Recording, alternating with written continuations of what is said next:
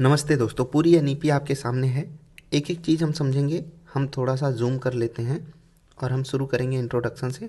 आपको बता दूं, बहुत सारे एग्जाम्स में इससे क्वेश्चन आता है, स्पेशली ईएमआरएस में 10 नंबर का क्वेश्चन आएगा। और मैं आपको बता दूं कि 7 से 8 क्वेश्चन अगले 10-15 मिनट में आप समझ जाओगे कि यहीं से आएंगे। आप देखो, एक भी चीज़ मैंने छोड़ी नहीं है। जो भी चीज़ ज़रूरी है सब यहाँ पर कवर्ड है। बाकी जो 2-3 क्वेश्चन बच रहे हैं उसको आप जब डेप्थ में पढ़ोगे खुद से भी समझ सकते हो। तो पेन ले लेते हैं और स्टार्ट करते हैं पढ़ाई। ठीक है, पेन हमारे सामने हो गई है। अब हम इंट्रोडक्शन पे आएँ। उससे पहले आपको बता दें कि एनईपी का जो डॉक्यूमेंट है वो फ्री ऑफ कॉस्ट अवेलेबल है। आप उसको डाउनलोड करके पढ़ सकते हो, सरकारी वेबसाइट पे अवेलेबल है। ठीक है, तो चलिए, हमारे सामने पेन है और हम स्टार्ट करते हैं। First education policy of 21st century है, याद रखना। 21वीं सदी कौन सी है? सन 2000 के बाद वाली सदी, हम उसी में जी रहे हैं, राइट। तो इसलिए इसको first education policy of 21st century कहा गया है। इसको जो अप्रूवल मिला वो 29 जुलाई 2020 को मिला, मतलब ये अनाउंस कर दी गई। जिस कमिटी ने इसको बनाया उसका नाम था डॉक्टर के कस्तूरी रंगन। आप इनके बारे में सर्च करना और पता करना ये इसरो में क्या थे। खैर, इस पे क्वेश्चन नहीं बनेगा, पूछा जाएगा तो सिर्फ यही। इस एनईपी का विज़न ये है कि इंडिया को एक ग्लोबल नॉलेज सुपर पावर बनाना है। इस टर्म को याद रखना। ठीक है, आगे बढ़ते हैं। हिस्टोरिकल बैकग्राउंड क्या है? पहली एनईपी आई थी 1968 में। इंदिरा गांधी जी क्या थी उस वक्त? Prime minister. सेकंड एनईपी 1986 में, 1986, राजीव गांधी उस वक्त क्या थे? Prime minister. एक चीज़ याद रखना, रिवीजन किया गया था इसी एनईपी का। ठीक है, यही एनईपी यहाँ पर भी है 1992 में। क्वेश्चन अगर पूछा जाएगा तो रिवीजन पे यहीं से पूछा जाएगा और कहीं रिवीजन नहीं आया है। और फिर तीसरी और फाइनल एनईपी आई है हमारे सामने 2020 में। नरेंद्र मोदी जी इस वक्त प्राइम मिनिस्टर थे। बड़ी बातें क्या हैं इसकी? ये जो एनईपी है ना, इसका फोकस है इक्विटी पे, मतलब कि आप सबको बराबर का हक दो। ठीक है, चाहे कोई चिल्ड्रन विद स्पेशल नीड हो, किसी की आंखें नहीं काम करती, किसी के कान नहीं काम करते, किसी के हाथ नहीं काम करते, किसी के पैर नहीं काम करते, किसी को कोई और दिक्कत है। ठीक है, बहुत सारे लर्निंग डिसऑर्डर्स होते हैं, आपने टीचिंग एटीट्यूड में पढ़ा ही होगा। तो सबको एक बराबर एक लेवल पे रखना है, इक्वली ट्रीट करना है। इंक्लूजन में भी वही बात आ रही है सामने कि हम सबको इंक्लूड कराएंगे, कुछ भी छोड़ेंगे नहीं, किसी को भी नहीं छोड़ेंगे। और अंत में क्वालिटी, क्वालिटी से कोई कॉम्प्रोमाइज़ नहीं है। स्कूल के ऊपर एनईपी काम करेगी, हायर और टीचर एजुकेशन में भी ये एनईपी काम करेगी। और सबसे ज़रूरी बात है यहाँ पर कि जो 10+2 सिस्टम था, आप में से बहुत सारे लोग 10+2 में ही पढ़े होंगे। क्लास 10th तक पढ़े, फिर एक बोर्ड हुआ, फिर 2 साल पढ़े, फिर एक बोर्ड हुआ, और उसके बाद आपने ग्रेजुएशन किया। अभी ये सिस्टम चेंज हो गया। अभी सिस्टम क्या रहेगा? 5-3-3 और 4 का। इसको याद रखना, 5-3-3-4। ये स्ट्रक्चर क्या है आगे लिखा हुआ है वो मैं आपको समझाऊंगा, आप ध्यान से रखिएगा, ध्यान में रखिएगा इस स्ट्रक्चर को। 5-3-3-4, स्टेज ऊपर है, उसके नीचे ग्रेड है, उसके नीचे एज है, और फिर फोकस है। उस पर कौन सा फोकस है, मतलब किस चीज़ पे फोकस किया जा रहा है वो बताया गया है। तो पहला स्टेज है फाउंडेशनल। एग्जैक्टली यही टर्म आपके सामने रख दिया जाएगा और पूछा जाएगा इसमें फाउंडेशनल स्टेज के बच्चे कौन से हैं। 1-2 और प्री स्कूल। एज यहाँ पर 3 से 8 साल रखी गई है। ठीक है, प्ले बेस्ड प्रिपरेटरी स्टेज है 3 से 5 साल। ठीक है, यहाँ पर 8 से 11 साल के बच्चे को एडमिशन मिलेगा। ठीक है, 3 से 5 साल नहीं, ये 3 से 5 क्लास है, सॉरी। डिस्कवरी लर्निंग यहाँ पर फोकस है। यहाँ पर जो लर्निंग है वो प्ले बेस्ड है। ठीक है, मतलब खेल खेल में आप बच्चों को सिखाओ। यहाँ पर आप बच्चे को कुछ चीज़ें डिस्कवर करने दो कि अरे ये तो पेड़ है, ठीक है, अरे ये तो मान लेते हैं कि आदमी है, मान लेते हैं, अरे ये तो मान लेते हैं बॉल है, मान लेते हैं ये बैट है। ठीक है, मान लेते हैं, हर एक चीज़ मान लीजिएगा आप। और फिर मिडिल क्लास आता है, 6 से 8 क्लास, 11 से 14 साल के बच्चे। यहाँ पर उनकी क्रिटिकल थिंकिंग को बढ़ावा मिलेगा। क्रिटिकल थिंकिंग क्या होती है, इस पे क्वेश्चन आता है, तो मैं आपको ये समझाना चाहूँगा। रेड नहीं, ब्लू पेन ले लेता हूँ। देखो, आपने एक बॉक्स देखा, तो अगर आप इससे पहले वाले लेवल पे जाते तो आपने बॉक्स ढूंढ लिया, दैट्स इट। अब क्रिटिकल थिंकिंग ये है, ये बॉक्स है तो इसके अंदर कुछ ना कुछ होगा, चलो खोलते हैं। अब उसको क्यूरियोसिटी बोलेंगे, लेकिन खोल लिया और मान लेते हैं कि कोई रेड रेड कलर की छोटी छोटी बॉल्स निकली। ठीक है, अब आप सोचोगे कि इसके अंदर कुछ था तो इसके अंदर भी कुछ होगा, तो इसको बोलते हैं क्रिटिकल थिंकिंग। और ये जब बच्चा बड़ा होता है तो मैथ्स में काम आता है, ग्रामर में काम आता है। ठीक है, और मान लेते हैं कि वो कोई वोकेशनल प्रोग्राम लेता है तो वहाँ काम आता है, प्रोग्रामिंग में काम आता है, हर जगह इसका उपयोग है। अंत में आता है सेकेंडरी स्टेज, क्लास 9 to 12, 14 से 18 साल के बच्चों के लिए, कक्षा 9, 10, 11 और 12 के लिए। और यहाँ पर मल्टी डिसिप्लिनरी है, मतलब आपको जो सब्जेक्ट चूज़ करना है, आप मल्टीपल डिसिप्लिन्स में अपना इंटरेस्ट आजमाना चाहते हो, जो सब्जेक्ट मनपसंद में आए ले लो। ECCE, ये फुल फॉर्म याद रखना, अर्ली चाइल्डहुड केयर। ठीक है, education, foundation of learning, NCF, ECCE for pre school curriculum. यहाँ पर फोकस किया गया है खेल में, आर्ट में और भाषा सिखाने पे जोर दिया गया है। आंगनवाड़ी जो केंद्र हैं उनको अपग्रेड करने की बात की गई है और इस पर काफ़ी ज़्यादा बजट भी पास हुआ है। हाँ, लैंग्वेज पॉलिसी पे आते हैं। मीडियम ऑफ इंस्ट्रक्शन क्या होगा, मदर टंग ही होगी, याद रखिएगा। जो आपके आसपास की भाषा है उस पर फोकस किया जाएगा। क्लास 5 तक तो एकदम कंपलसरी है, समझ लीजिए। और अगर क्लास 8 तक चलता है तो चलने दीजिए, कोई दिक्कत नहीं है। 3 लैंग्वेज फार्मूला पे बात हो रही है, जो पहले होती थी वही आगे चलेगी, इस पर कुछ ज़्यादा किया नहीं गया है। हाँ, संस्कृत के साथ साथ अन्य क्लासिकल लैंग्वेजेस को भी बढ़ावा देने की बात की गई है। ठीक है, रीजनल लैंग्वेजेस में जो है, जो आपका कंटेंट है, अभी सरकार के पोर्टल आगे आएंगे, मैं आपको बताऊंगा, दिखाऊंगा। तो जो रीजनल लैंग्वेज में कंटेंट है वो प्रोवाइड करे जाने के लिए इंकरेजमेंट किया जा रहा है। करिकुलम और पेडागॉजी में क्या है, कंटेंट को कम करो भैया, कॉम्प्रिहेंशन को बढ़ावा दो, यानी कि समझ को बढ़ावा दो। क्रिटिकल थिंकिंग पे फोकस करो, क्रिएटिविटी पे फोकस करो। इन दोनों में फ़र्क है। क्रिएटिविटी है कि मैं ये भी कर सकता हूँ, ये भी कर सकता हूँ, और अलग अलग तरीके से कर सकता हूँ। मान लो कोई एक बंदा सब्जी बनाता है अलग तरीके की, दूसरा बंदा बनाएगा दूसरे अलग तरीके की, तीसरा बंदा, कुछ कुछ लोगों को देखा है, कुछ बनाते हैं आग लगा देते हैं उसमें, तो वो एक क्रिएटिविटी है, फन वाली चीज़ है। बहुत सारे लोग उससे बहुत अच्छी चीज़ें सीखते भी हैं। ठीक है, कुछ लोगों को उसका टेस्ट भी पसंद आता है। Experiential and activity based learning होगी कि आप चीज़ों को एक्सपीरियंस करो, जा करके चलो भैया गड्ढा खोदो, इसमें छोटे छोटे बीज डालो, कुछ दिन बाद पेड़ उगेंगे। छोटे छोटे ऐसे एक्सपेरिमेंट बच्चों को कराए जाएं, एक्टिविटी उनको दी जाए जिससे कि वो नई नई चीज़ें अच्छे से सीखें। हाँ, ये इंपॉर्टेंट पॉइंट है, no hard separation of art, science and commerce. पीछे बात की गई थी ना ये, हाँ एक बात की गई थी भैया, कौन सी, कि जो ये है मल्टी डिसिप्लिनरी क्लास 9 to 12, वो यहाँ पर आपको साफ साफ दिख रहा है। कहाँ पर, कि no hard separation of art, science and commerce. Hard separation नहीं है, ठीक है, हार्ड सेपरेशन नहीं है, आपका मर्जी, आप आर्ट और कॉमर्स को कंबाइन करो, साइंस कॉमर्स को कंबाइन करो, कॉमर्स आर्ट को कंबाइन करो, कुछ भी करो, जो आपकी मर्जी। वोकेशनल एजुकेशन के ऊपर काफ़ी फोकस कर रही है सरकार, और इसका इंट्रोडक्शन होगा क्लास 6 से। ठीक है, इंटर्नशिप कराई जाएगी, जो लोकल लोग हैं, लोकल के लोग हैं, किसान हैं, आर्टिसंस हैं, क्राफ्ट्समैन हैं, कुछ भी किसी को आता है, एक्सपर्ट है वो, उस बंदे के पास कोई एक्सपर्टीज़ है, वो आकर के स्कूल में बच्चों को सिखाएगा। अच्छी बात है, उनके लिए भी एक रोज़गार हो गया और बच्चों के लिए भी सीखने की अपॉर्चुनिटी हो गई। गोल क्या है, गोल याद रखना कि 50% जो लर्नर्स हैं उनके पास एक वोकेशनल एक्सपोज़र हो 2025 के अंत तक। और ये अभी तक तो मुझे नहीं लग रहा है कि सॉर्ट आउट हुआ है, लेकिन ऐसा NEP में फोकस था। असेसमेंट और रिफॉर्म्स क्या हुए हैं, कंसेप्चुअल अंडरस्टैंडिंग पर बात की गई है, रोट लर्निंग मतलब रट्टेबाजी पे ध्यान नहीं दिया गया है। परख, ये याद रखना, इसका फुल फॉर्म भी याद रख लेना। परख का फुल फॉर्म आपके सामने मैं रखना चाहूँगा।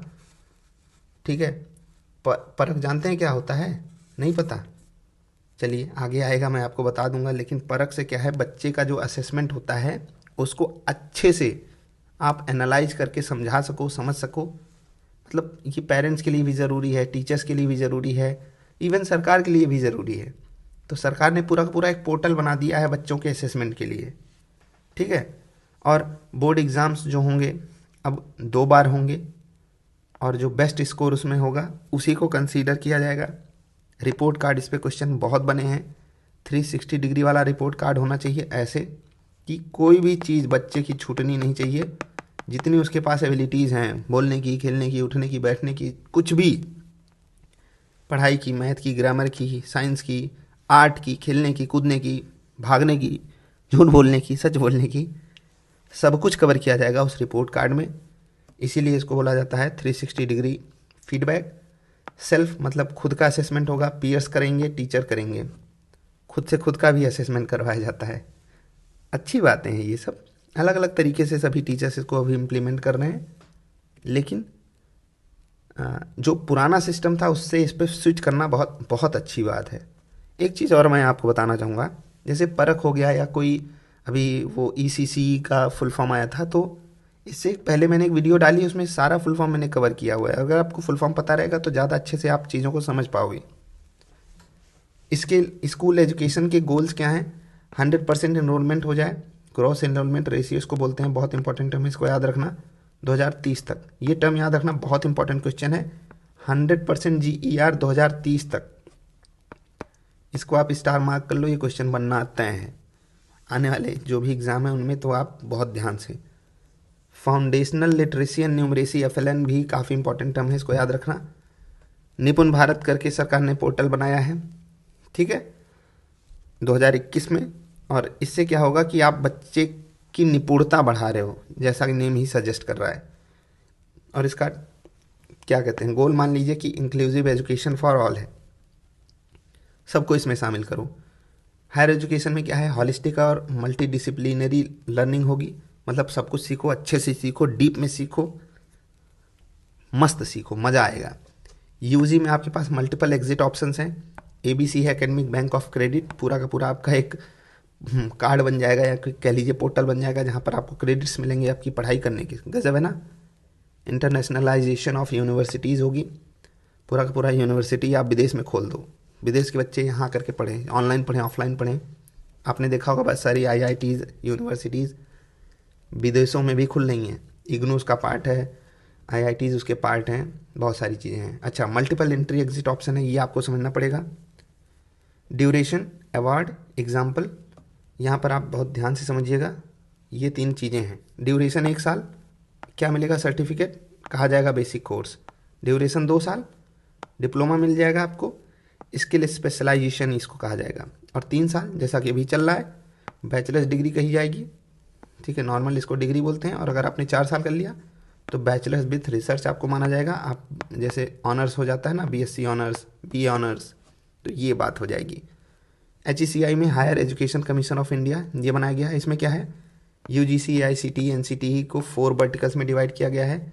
NHERC रेगुलेशन करेगी, GEC स्टैंडर्ड्स बनाएगी, HEGC फंडिंग करेगी, और NAC एक्रेडिटेशन करेगी, नेशनल एक्रेडिटेशन काउंसिल, ठीक है।